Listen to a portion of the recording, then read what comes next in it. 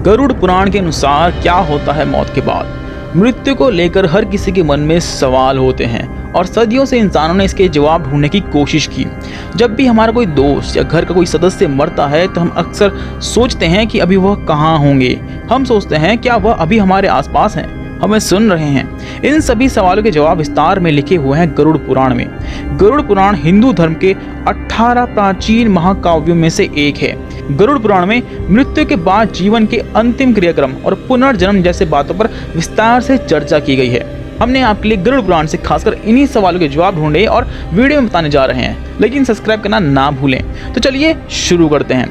मृत्यु के बाद क्या होता है? मृत्यु के ठीक पहले, मृत्यु के दौरान और मृत्यु के बाद क्या होता है, ये गरुड़ पुराण में अच्छे से समझाया गया है।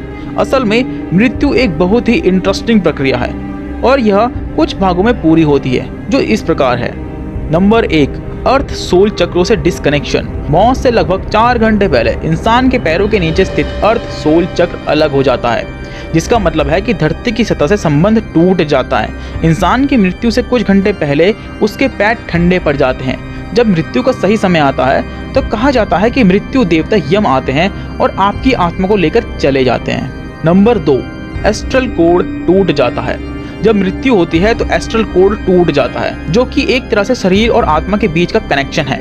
इस कोड के कटने से आत्मा शरीर से मुक्त हो जाती है और शरीर से बाहर और ऊपर निकल जाती है। इतने लंबे समय तक शरीर में बने रहने की वजह से अगर आत्मा को शरीर छोड़ने में मुश्किल आती है तो वो छोड़ने से मना कर देती है। वो शरीर से निकलकर वापस घुस जाती है और इधर उधर गति करती है। नंबर 3, भौतिक शरीर का अंत। इस चरण में आत्मा को उस कमरे में मौजूद लोगों के विचार एक शोर की तरह सुनाई देते हैं। वो चाहे उसे घर वाले हों या कोई भी, आत्मा उन सब से बात करने की कोशिश करती है और चिल्ला चिल्ला कर कहती है कि मैं अभी मरा नहीं हूँ, लेकिन उसे कोई नहीं सुन सकता।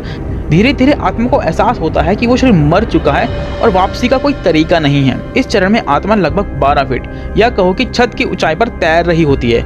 नंबर 4, शरीर से छुटकारा। जब अंतिम क्रियाक्रम हो जाता है तो आत्मा मान लेती है कि उसका इस धरती पर रहने का माध्यम खत्म हो चुका है। आत्मा अब एकदम आज़ादी महसूस करती है और शरीर में रहते समय जो भी सीमाएं और रुकावटें थी वो अब खत्म हो चुकी हैं। 7 दिन तक आत्मा अपने शरीर के साथ रहते समय की पसंद की जगह पर घूमती रहती है, जैसे कि उसका सबसे पसंदीदा कैफे, बगीचा या सुबह की सैर वगैरह। 7 दिन बाद आत्मा अपने परिवार और धरती को अलविदा कहती है, इस धरती से दूर होने लगती है और दूसरी दुनिया में प्रवेश करती है। नंबर 5, सुरंग। कहते हैं कि एक बड़ी सुरंग होती है जो आत्मा को एस्ट्रल वर्ल्ड तक पहुंचने से पहले पार करनी होती है और इसीलिए कहा जाता है कि मृत्यु के बाद के 12 दिन बहुत महत्वपूर्ण होते हैं। हमें सारे अंतिम संस्कार और रीति रिवाज ठीक से करने होते हैं और प्रार्थना करनी होती है। हमें आत्मा से क्षमा याचना मांगनी पड़ती है ताकि वो अपने साथ कोई भी नकारात्मक भाव जैसे दुख, क्रोध या नफरत अपने साथ ना ले जाए। कम से कम उसके परिवार और नजदीकी रिश्तेदारों को यही करना चाहिए।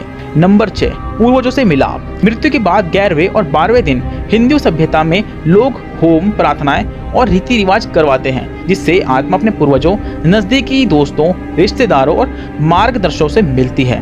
पहले से मृत पूर्वज उसका ऊपर की दुनिया में स्वागत करते हैं और गले लगाते हैं। आत्मा खुद ही अपनी जिंदगी की समीक्षा करती है, जैसे पूरी जिंदगी वो दूसरे को जज करती थी।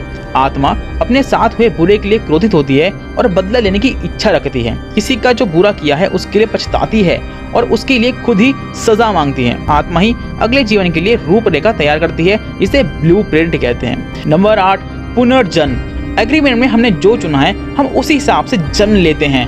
हम खुद ही अपने माता पिता चुनते हैं और माँ के गर्भ से या तो फॉर्मेशन के समय या चौथे 5वें महीने में प्रवेश कर जाते हैं, कभी कभी तो जन्म के एकदम पहले ही। यह ब्रह्मांड इसी तरह डिज़ाइन किया गया है और हमारे जन्म के स्थान और समय से हमारी कुंडली बनती है, जो कि ज़िंदगी का ब्लूप्रिंट होती है।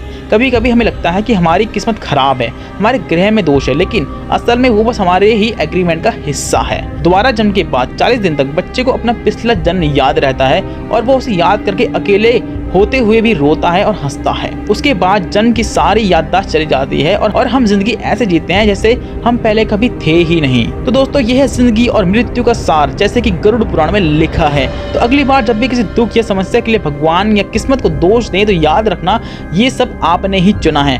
दोस्तों, तो ऐसे ही अन्य जानकारी के लिए चैनल को सब्सक्राइब करें और मिलते हैं नई वीडियो में। तब तक के लिए धन्यवाद। जय हिंद, जय भारत।